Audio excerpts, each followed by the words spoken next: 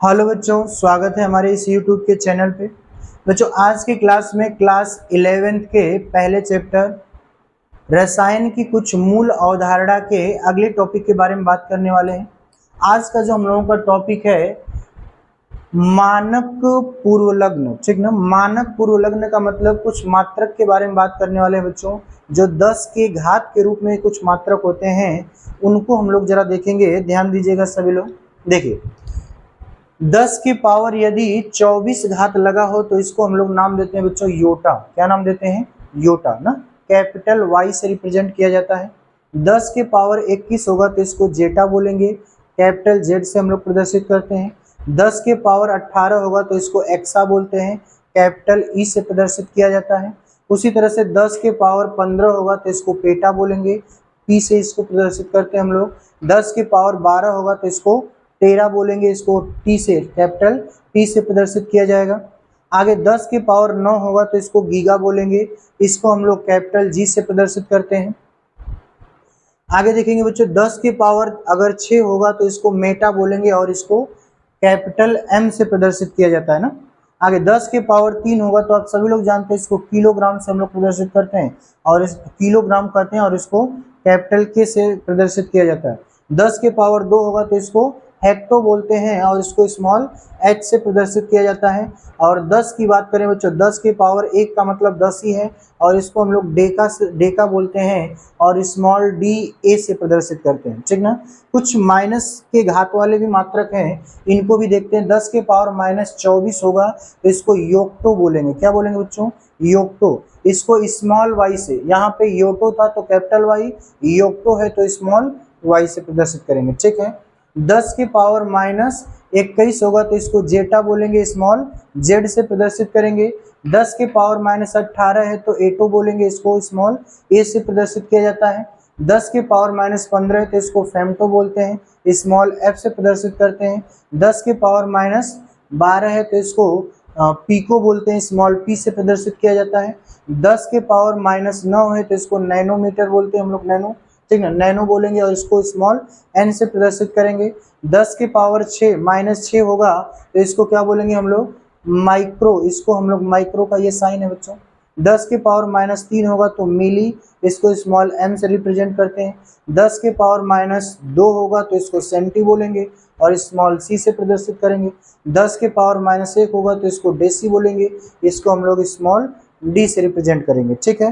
तो ये 10 के पावर के रूप में कुछ मात्रक थे जिनको आपको क्या करना था? देखना था, इनको याद रखना है बच्चों। ठीक ना। एक एक करके आप इसको 1-2 बार देखिएगा और याद करने की कोशिश करिएगा। ठीक ना। 1-2 बार 3 बार पढ़ेंगे, याद हो सकता है। आगे देखते हैं, अगला हेडिंग क्या है? व्युत्पन्न मात्रक। ठीक ना। व्युत्पन्न मात्रक का मतलब क्या होता है बच्चों? वे मात्रक जो मूल मात्रक की सहायता से प्राप्त किए जाते हैं ना, मूल मात्रक के द्वारा बनाए जाते हैं। बिना मूल मात्रक के व्युत्पन्न मात्रक का निर्माण नहीं हो सकता। ठीक ना। व्युत्पन्न मात्रक का मतलब कि मूल मात्रक की सहायता से प्राप्त होने वाले मात्रक, है ना। मूल मात्रक की सहायता से प्राप्त होने वाले मात्रक को हम लोग क्या कहेंगे बच्चों? मूल मात्रक कहेंगे। यानी कि मूल मात्रक न हो तो व्युत्पन्न मात्रक भी नहीं बनाए जा सकते। ठीक ना। देखिए, मूल मात्रक की गणना से प्राप्त होने वाले ना, मूल मात्रक की गणना से प्राप्त होने वाले मात्रक को व्युत्पन्न मात्रक कहते हैं। हमने क्या बताया कि मूल मात्रक जो होगा उसी के गणना के द्वारा, उसी की सहायता के द्वारा हम लोग व्युत्पन्न मात्रक प्राप्त करते हैं या बनाते हैं। ठीक ना। जैसे क्षेत्रफल हो गया, आयतन हो गया, मोलर आयतन हो गया बच्चों, ये सब क्या है? व्युत्पन्न मात्रक है, मूल मात्रक से बनाए हुए व्युत्पन्न मात्रक है। जैसे अगर हम क्षेत्रफल की बात कर लें, जरा ध्यान से सुनिएगा सभी लोग। यदि क्षेत्रफल की बात किया जाए तो आप सभी लोग जानते हैं कि क्षेत्रफल का फार्मूला होता है लंबाई गुणे चौड़ाई। लंबाई गुणे चौड़ाई। यदि हम लोग मान लें कि लंबाई और चौड़ाई मीटर में है, किसमें है बच्चों? मीटर में, तो हम लिख सकते हैं मीटर गुणे मीटर, यानी मीटर का स्क्वायर हो जाएगा। ये मीटर जो है ये मूल मात्रक है। क्या है? लंबाई का मूल मात्रक है। और मीटर गुणे मीटर से हम लोग क्या निकाले? क्षेत्रफल। और क्षेत्रफल जो निकला मीटर की सहायता से ही निकला है। इसका मतलब बच्चों, क्षेत्रफल कैसा मात्रक होगा? व्युत्पन्न मात्रक होगा, यानी मूल मात्रक की सहायता से प्राप्त हुआ। ठीक ना।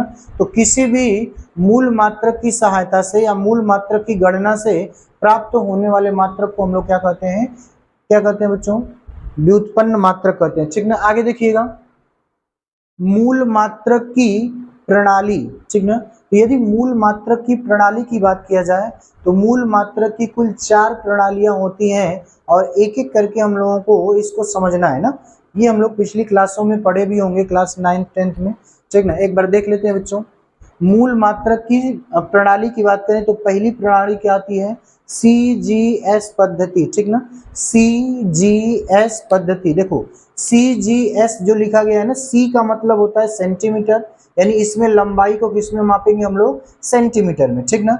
G का मतलब होता है द्रव्यमान, ठीक ना। G का मतलब इसमें ग्राम है, ठीक ना। और ग्राम का मतलब द्रव्यमान को हम लोग इसमें किसमें, ग्राम में मापेंगे, ठीक ना। और S का मतलब क्या, सेकेंड, सेकेंड का मतलब समय है ना, समय को हम लोग किसमें मापेंगे, सेकेंड में।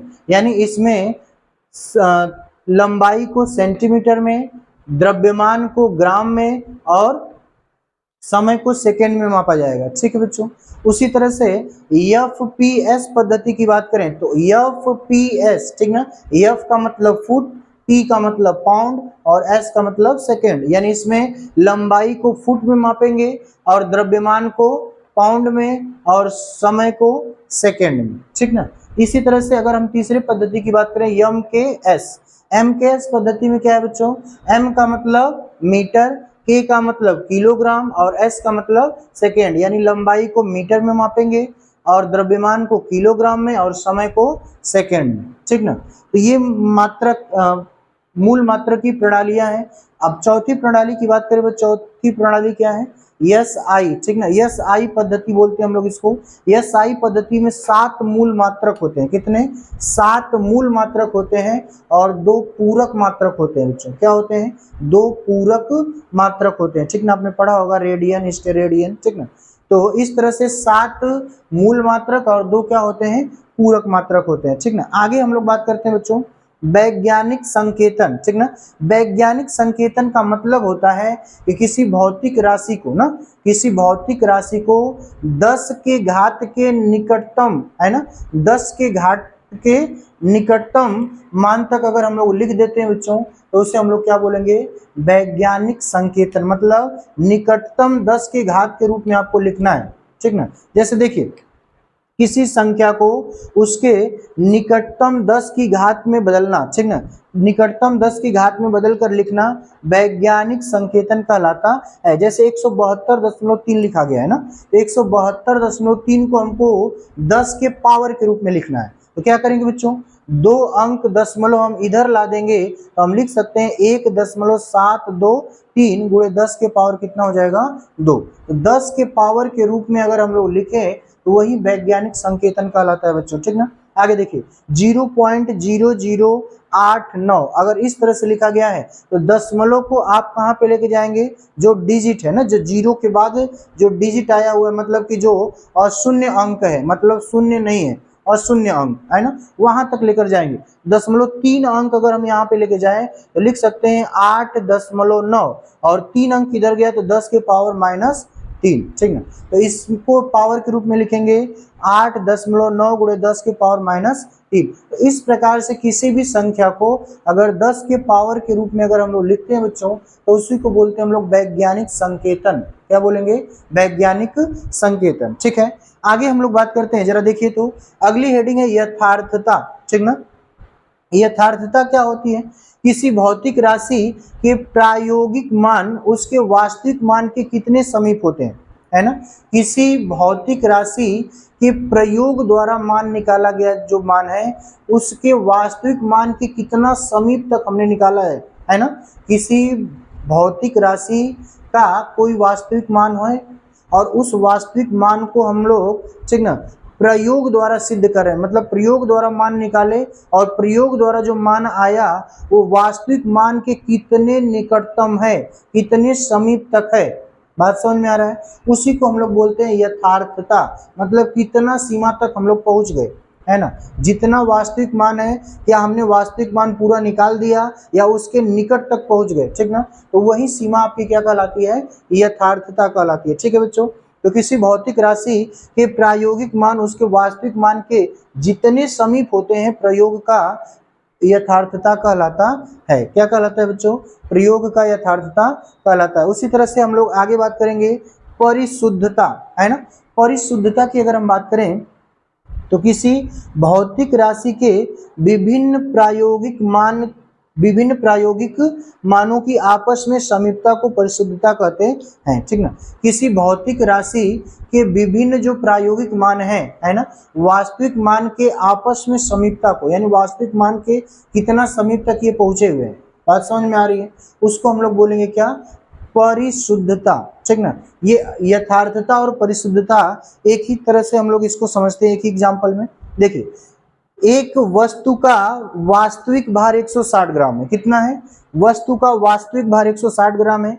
दो बच्चे हैं, दो बच्चों को वस्तु का भार ज्ञात करने के लिए दे दिया गया और उनके द्वारा जो भार निकाला गया वो इस प्रकार से, बच्चा ए और बी ये दोनों भार निकाले हुए हैं, ठीक ना। मतलब आपके पास कोई वस्तु है जिसका वास्तविक भार कितना है? 160 ग्राम, लेकिन बच्चों को ये नहीं बताया गया कि इस वस्तु का भार 160 ग्राम है, और उनको दे दिया गया कि ये 160 ग्राम की वस्तु जो है, बताया नहीं गया, और उनको दे दिया गया कि इसका आप किसी भी विधि से इसका भार निकालिए, ठीक ना। इसका भार हम लोगों को क्या करना है?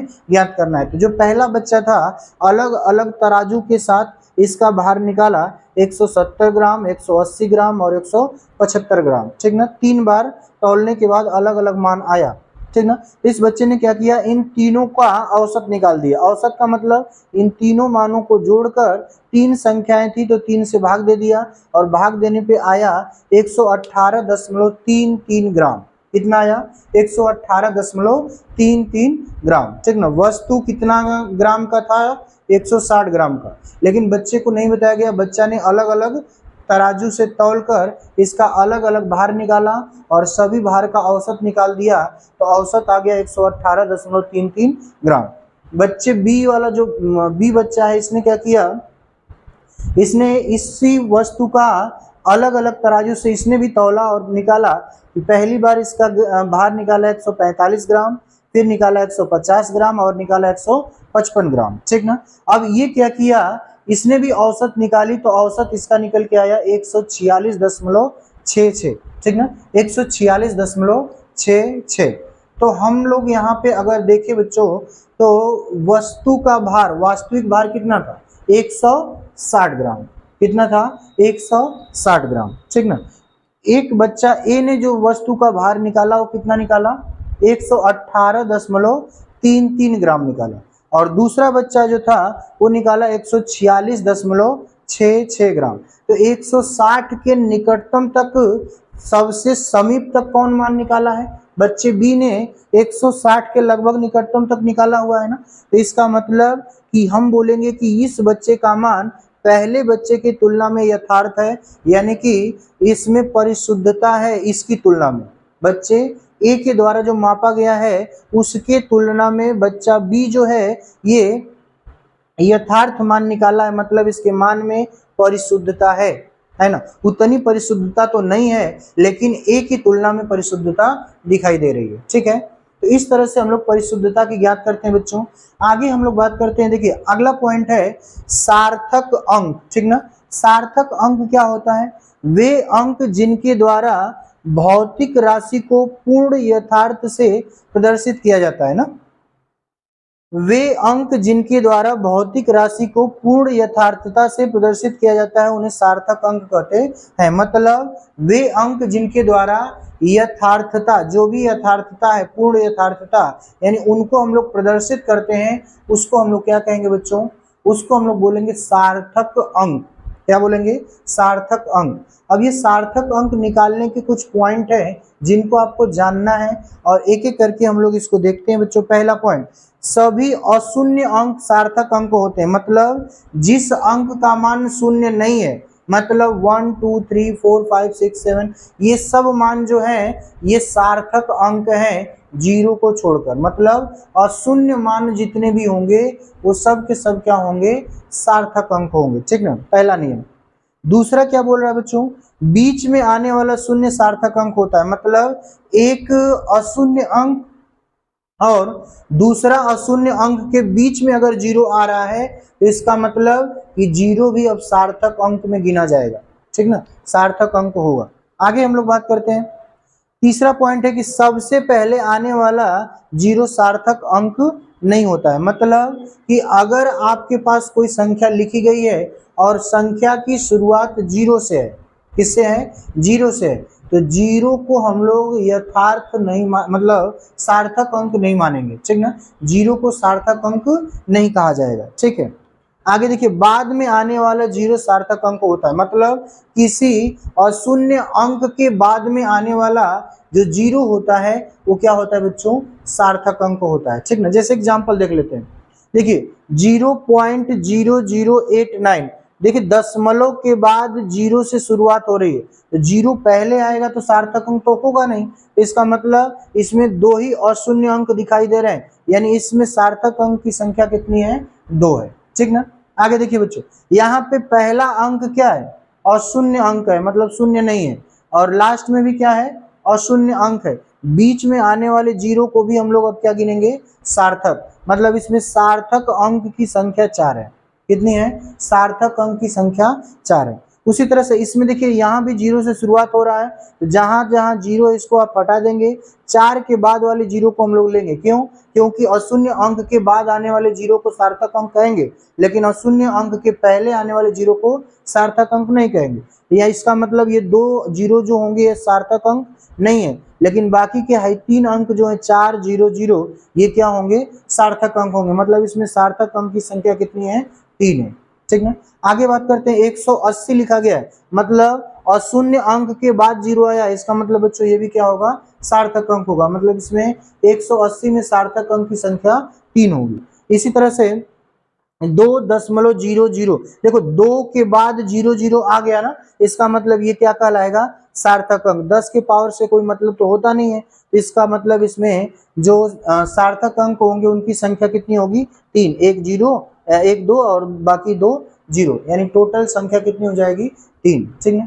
तो इस प्रकार से बच्चों हम लोगों ने क्या क्या देखा, मानक पूर्व लग्न देखा, व्युत्पन्न मात्रक देखा, मूल मात्रक प्रणाली की कुछ पद्धतियां, हम लोग चारों पद्धतियों के बारे में जाने, ठीक ना। वैज्ञानिक संकेतन क्या होता है, यथार्थता क्या होता है, परिशुद्धता क्या होता है, इन सभी के बारे में जाने। और लास्ट में हम लोगों ने पढ़ा सार्थक अंक क्या होता है और इसको निकाला कैसे जाता है, ठीक ना। तो बच्चों आज की वीडियो में बस इतना ही रहने देते हैं। आगे आने वाले जितने भी टॉपिक होंगे अगले वीडियो में उसको कवर किया जाएगा। तब तक के लिए धन्यवाद।